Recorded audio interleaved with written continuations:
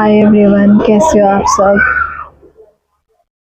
अ, आपने जो भी प्लेन क्रैश हुआ है, अहमदाबाद में प्लेन क्रैश हुआ है, उसमें एक फैमिली, जो पूरी फैमिली थी डॉक्टर प्रतीक की, उनके 3 बच्चे, उन्होंने अपनी जान गंवाई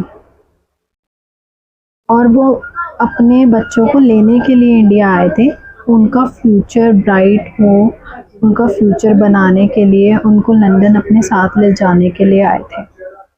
बट ये हादसा हो गया और सबने, मतलब उनकी पूरी फैमिली ने अपनी जान गंवा दी। उन्होंने अपनी जान गंवा दी। एक तो ये बाप है जो अपने बच्चों के फ्यूचर के लिए, उनका फ्यूचर ब्राइट करने के लिए इतना सोच कर उनको लंदन लेके जा रहे थे, लेकिन इनकी किस्मत में नहीं था। बट जिनको लाइफ मिली हुई है, जिनको अपना बच्चा मिला हुआ है, वो अपने बच्चे के साथ क्या कर रहे हैं। मतलब इस चीज़ से यही समझ में आता है कि यार, जिनको अपने बच्चे के साथ लाइफ जीनी थी, जिन्होंने इतनी मतलब सपने देखे अपने बच्चों को लेके, उनकी ज़िंदगी तो भगवान ने उनसे छीन ली। लेकिन जिनको अच्छा खासा परिवार दिया हुआ है भगवान ने, मतलब बच्चा दिया हुआ है, उनको अपने बच्चे की कदर ही नहीं है। जैसे मेरे हस्बैंड को नहीं है। जब से, मतलब मैं प्रेग्नेंट थी तब से लेके अभी तक मेरे बच्चे को भी देखने भी नहीं आए वो लोग। तो कोई तो अपनी लाइफ के लिए तरसता है, भगवान उसकी लाइफ छीन लेते हैं, अपने बच्चों का फ्यूचर बनाना चाहता है, अपने बच्चों से प्यार करता है। लेकिन कई लोग ऐसे हैं दुनिया में कि जिनके अंदर इमोशंस है ही नहीं, मतलब किसी के लिए भी नहीं है, या हमारे लिए ही नहीं है। मुझे खुद इस चीज़ का पता नहीं है अभी, क्योंकि उनकी फैमिली में, उनकी भाभी के या उनकी सिस्टर के जो बच्चे, उनसे तो उनको बहुत ज़्यादा प्यार है, बट अपने बच्चे से नहीं है। वो अपना बच्चा वो चाहते ही नहीं थे। मुझे मेरा अबॉर्शन करवाना चाहते थे, मैंने ज़बरदस्ती बच्चा रखा। यस, मैंने ज़बरदस्ती बच्चा रखा। ये उनका कहना है कि तूने मुझे फंसाने के लिए बच्चा रखा। ठीक है, मैंने रखा, फंसाने के लिए रखा या जैसे भी रखा, क्योंकि मेरे पेट के अंदर था भाई बच्चा, मेरा बच्चा था, मेरा अंश था, मेरा भी तो कहीं ना कहीं अंश है वो। मैं ऐसे तो उसे नहीं मार सकती थी। अब आते हैं कि आज के टॉपिक पे, कि इन्होंने मेरे को कॉल्स करवाए हैं गंदे कुछ टाइम पहले। तो मैं आज उस टॉपिक को लेके आई हूँ, इसमें वीडियो में शेयर करना चाहती हूँ, क्योंकि कोई बात सुनता ही नहीं है। कितनी कंप्लेनें कर दी, सब कर दिया, और कोर्ट में तो 2 मिनट 3 मिनट की हियरिंग होती है, उसमें जज साहब भी क्या करें, किस किस को सुने। तो ये चीज़ है, मुझे गंदे कॉल्स करवाए हैं, मुझे ये बुलवाया गया, तुम जगह जगह जाके सोती हो, ये वो, और मेरे को इतनी गंदी बातें मतलब बुलवाई गई हैं कि मेरे को बोलते हुए भी शर्म आ रही है। यहाँ पे मुझे ये बुलवाया गया है, एक रात का कितना लेती हो। तुम्हारा पति कहता है कि भाई तुम बिकाऊ हो। मेरे को मेरे पति ने कुछ टाइम पहले ये भी बोला था कि तेरे को जीबी रोड पे छोड़ाऊंगा, तेरे बच्चे को भी छोड़ाऊंगा। जीबी रोड पे लड़कियां क्या करती हैं वो तू करेगी, वहां पे जीबी रोड पे तुझे बेच आऊंगा। ये उसके वर्ड्स थे। और मेरे बच्चे के लिए बोला था कि उसको भी छोड़ाऊंगा, बड़ा होके वो दलाली करेगा। ये इस तरह की, मतलब बदतमीजी, इतनी गंदी बातें उसने मुझे बोली थी, और उसने मुझे कॉल्स करवाए हैं। मैंने कितनी कंप्लेनें मैं कर चुकी हूँ ऑलरेडी, बहुत परेशान हो चुकी हूँ मैं। और कई बार इन्होंने, अभी मेरे ख्याल दिसंबर की या उसके बाद की भी बात है, मेरी मम्मी के फ़ोन पे फ़ोन करवाए हैं कि आपने अपनी बेटी का रिश्ता करना है। मतलब रिश्ता करना है, मैं अपना बच्चा लेके अपने घर बैठी हुई हूँ, तुम मुझे दुनिया से फ़ोन करवा रहे हो रिश्ता करना। आपने रिश्ते के लिए लिखवाया था, कहाँ लिखवाया है?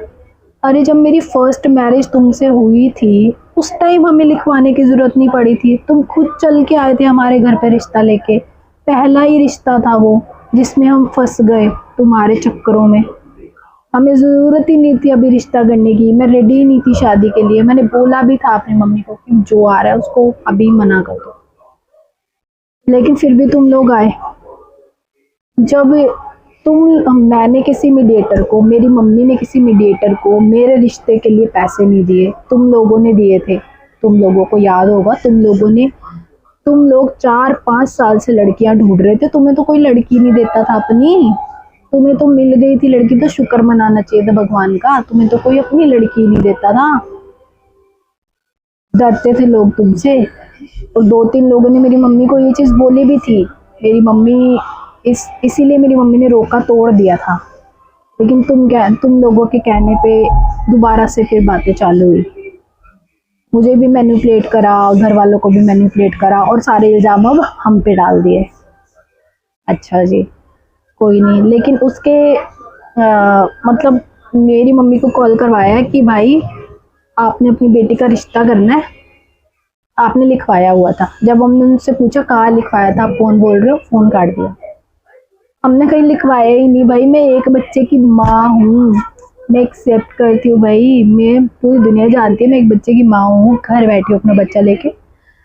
हमने फर्स्ट शादी के टाइम पे, मेरी फर्स्ट मैरिज के टाइम पे नहीं लिखवाया हमने रिश्ते के लिए, हमें ज़रूरत ही नहीं पड़ी। तुम भागे हुए हमारे घर आए थे, 4-5 साल से लड़कियां ढूंढ रही थी, मीडिएटर को पैसे तुमने दिए, जगह जगह मीडिएटर के पास आपने लिखवाया हुआ था। हमने तो किसी को नहीं लिखवाया, हमने तो किसी को पैसे नहीं दिए थे,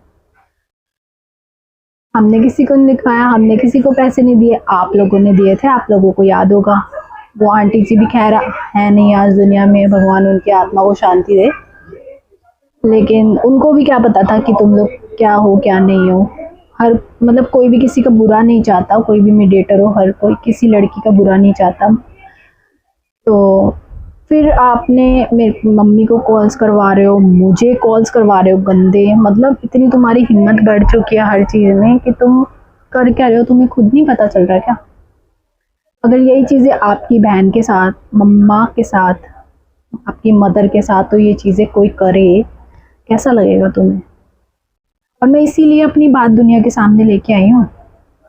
अभी मैं बिल्कुल थक हार के, मुझे मजबूर किया गया, मुझे बहुत मजबूर कर दिया तुमने। मेरी बात कोई सुनने वाला नहीं है। मेरे रिलेटिव्स के पास जाके तुम गंद बोलते हो, पुलिस स्टेशन में तुम सारी चीज़ें मैनेज कर लेते हो, जितनी मर्जी मैं कंप्लेनें दे दूँ। हर जगह तुम पैसा खिलाते हो, हर जगह पैसे से जीत रहे हो तुम लोग। लेकिन कब तक? भगवान के घर में तो पैसा नहीं दे सकते ना। एक ना एक दिन तो कर्म सामने आएंगे तुम्हारे, जो तुम मेरे साथ, तो मेरे बच्चे के साथ, मेरी फैमिली के साथ करे हो। मेरी मम्मी की ऐसी हालत कर दी तुमने एक्सीडेंट करके, मेरी मम्मी के हाथ पैर कांप रहे हैं उस दिन से। उससे पहले ही उनकी हालत इतनी ख़राब थी, उनकी लड़की घर बैठी, उनको टेंशन इतनी है, इतनी वो बीमार थी ऑलरेडी। तुमने उनका एक्सीडेंट किया और उनके हाथ पैर बिल्कुल कांप रहे हैं। अगर मेरी माँ को कुछ भी हुआ ना, उसके रिस्पॉन्सिबल तुम लोग होगे। और मुझे और मेरे बच्चे को कुछ भी हुआ, तुम रिस्पॉन्सिबल होगे, क्योंकि पुलिस नहीं सुन रही ना। पुलिस को इतनी कंप्लेनें मैंने दे दी, तुम मैनेज कर लेते हो सब कुछ जाके वहाँ पे, तो मैं किसको बताऊँ? मुझे बताना तो पड़ेगा ना दुनिया को, मेरे साथ और मेरे बच्चे के साथ, फैमिली के साथ क्या हो रहा है। कल को कुछ भी अगर मैं कोई एक्शन लेती हूँ, अपनी ज़िंदगी ख़त्म करती हूँ, तो उसके रिस्पॉन्सिबल तुम होगे, क्योंकि तुम लोग मुझे मजबूर कर रहे हो। मैं तो मर भी नहीं सकती, क्योंकि मेरे पास रिस्पॉन्सिबिलिटी है मेरे ऊपर बच्चे की। मैं तो बच्चे को अनाथ नहीं कर सकती, बट तुम लोग लगे हुए हो बच्चे को अनाथ करने में, क्योंकि तुम लोग तो उसके लिए पहले दिन से क्या, प्रेगनेंसी के टाइम से ही हो ही नहीं, होना ना होना एक ही बराबर है तुम लोगों का। तुम कहते हो बच्चा फंसाने के लिए रखा, तो तुम्हारा क्या ही रोल है बच्चे के साथ। और मैं क्या ही बोलूँ इस चीज़ के लिए। और तुमने क्या किया था जब तुम माफ़िया मांगने का नाटक कर रहे थे? मैं आप सबको बताना चाहूँगी, जब ये लोग मेरे से माफ़िया मांगने का नाटक कर रहे थे, माफ़िया क्यों मांगी? क्योंकि ये लोग बोलते थे कि ये अपना सारा कुछ लेके चली गई। पहली बात तो इन्होंने बोला लड़की वाले गरीब हैं, सारा खर्चा हम कर रहे हैं शादी का, ये वो, और लड़की तो कुछ लाई नहीं थी, स्टेटमेंट है इनके पुलिस में। और जो हमारा भी जो भी कुछ था ना, वो ये ले गई है, हमें लूट के ले गई है। इनके फादर का, मदर का, हर चीज़, भाभी का, भाई का, सबका, मेरे हस्बैंड का, सबका ये कहना था हमें लूट के ले गई है। उसके बाद पुलिस इनके घर तलाशी लेने गई, मेरी ईच एंड एवरीथिंग, एक एक चीज़ मेरी वहाँ से बरामद हुई। इनके घर से बरामद होने से पहले तो इन्होंने मेरे साथ ऐसी ऐसी बदतमीजियाँ की थी पुलिस के सामने, वो भी मैं एक वीडियो बनाऊंगी, डिटेल उसमें बताऊंगी सारी। ऐसी ऐसी चीज़ें मेरे साथ की। जब सब कुछ बरामद हो गया उसके बाद पलट गए भाई, माफिया मांगने लग गए मुझसे, और मैं समझ नहीं पाई इनकी चाल है। अब मेरे मन में तो ये था शायद बच्चे को देख के पिघल गए हैं, बच्चा 11 महीने का था उस टाइम, मेरा 2023 की बात है ये, लेकिन मैं गलत थी उस टाइम भी। ये लोग फिर पलट गए, और उस पलटने से पहले जब ये माफिया मांगने का नाटक कर रहे थे, इन्होंने मुझे कॉल किया, मेरे हस्बैंड ने मुझे कॉल किया जब माफिया मांगने के नाटक चल रहे थे 2023 में 24 में, तो कि ना मैं बच्चे की ना LIC करवा रहा हूँ, मुझे ना उसका ना बर्थ सर्टिफिकेट चाहिए। ऐसे धोखे से मेरे बच्चे का बर्थ सर्टिफिकेट मुझसे मांगा। धोखे से क्यों, मतलब कि मेरी डिलीवरी के टाइम ये लोग नहीं थे, मेरा बच्चा NICU में रहा, डिलीवरी के बाद ये लोग नहीं आए बच्चे को देखने, मेरी प्रेगनेंसी जर्नी में ये लोग नहीं थे मेरे साथ, ना मेरा हस्बैंड थे। तो अभी जब नाटक हुआ इनका माफिया मांगने का, जब ये चीज़ें इनका नाटक चल रहा था, इस बीच इन्होंने मुझे कहा कि बर्थ सर्टिफिकेट दे दो बच्चे का, मेरे को LIC करवानी, इंश्योरेंस करवा रहा हूँ बच्चे की, कोई सेशन में निकली है लॉयर्स की, बट ये लॉयर है नहीं, दे तो मतलब ये तो लायर है, लेयर नहीं है, लॉयर नहीं है, लायर है। अब मैं प्रोफेशनल नहीं हूँ, सॉरी मेरे वर्ड्स ऐसे निकल जाते हैं, तो मैं प्रोफेशनल नहीं हूँ कि मैं इतना अच्छा बोल पाऊँ। ये चीज़ इन्होंने मेरे साथ की, मेरे बच्चे का धोखे से मेरे से बर्थ सर्टिफिकेट लिया, अरे वैसे ही मांग लेते, मैं वैसे ही दे देती, और आज तक उस इंश्योरेंस का, उस चीज़ का आज तक कुछ नहीं पता। उस टाइम भी मुझे फेक कॉल करवाया एक लड़की से, उसका नंबर मेरे पास है, कि हाँ ऐसे ऐसे LIC से बोल रही हूँ, LIC बोल रही हूँ, ये बोल रही हूँ, वो बोल रही हूँ, आपके हस्बैंड ने बर्थ सर्टिफिकेट सेंड किया था, आप ये डिटेल दे दो, वो डिटेल दे दो, ऐसे धोखा किया मेरे साथ इन्होंने। मतलब चांस देने के बाद भी मेरे साथ धोखे हुए हैं। क्या ही बोलूँ मैं इस चीज़ के ऊपर। अब मैं इसीलिए वीडियोस बना रही हूँ कि मैं एक एक चीज़, अपनी एक एक चीज़ शेयर करूँ आप लोगों के साथ। आप लोगों का ही सपोर्ट है अब मुझे और मेरे बच्चे को, मेरी फैमिली को, क्योंकि बिल्कुल मैं क्या बोलूँ कि मतलब 16 जून को मेरी मम्मी के ऊपर बस चढ़ते चढ़ते रुकी है टायर बस का, DTC बस का। वो तो रोकते भी नहीं है, ब्रेक भी नहीं लगाते DTC वाले। DTC वाले तो ब्रेक भी बड़ी मुश्किल लगाते हैं। ये तो कोई भगवान का चमत्कार ही था कि उन्होंने मेरी माँ को बचा लिया। इन्होंने बिल्कुल हद कर दी हुई है हर चीज़ की, गंदे कॉल्स, मैसेजेस, मतलब गंद बुलवाना, खुद भी गंद बोलना। पता नहीं यार ये बंदा क्या चाहता है। एक तो होता है ना कि भाई चलो ठीक है हमारी नहीं बनती, या मेरी माँ नहीं चाहती हमारा घर बसे, इनकी मदर की बात कर रही हूँ मैं, क्योंकि इनकी मदर ने बोला था ये मेरा घर है, मेरा, निकल यहाँ से, ये इन्होंने मुझे बोला था प्रेगनेंसी के टाइम पे।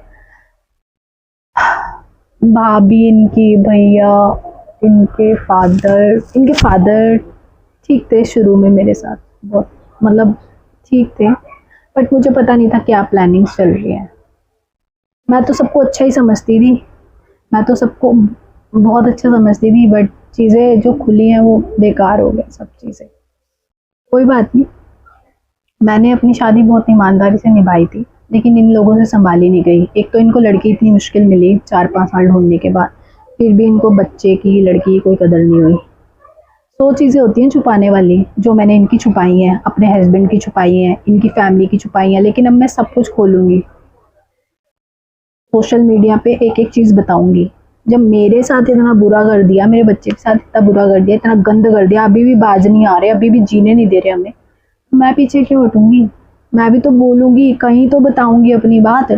पुलिस में तुम जाके मैनेज कर लेते हो, हर जगह तुम पैसे खिला देते हो, मेरे रिश्तेदारों में जा जाके ऐसा तुमने एटमॉस्फेयर क्रिएट कर दिया है कि मतलब कोई मेरा साथ ना दे। बट एक बात याद रखना कि मेरे रिश्तेदार मेरे ही रहेंगे, मेरे रिलेटिव्स मेरे ही रहेंगे, मेरा ही साथ देंगे, तुम्हारा नहीं देंगे जो तुम घूम रहे हो।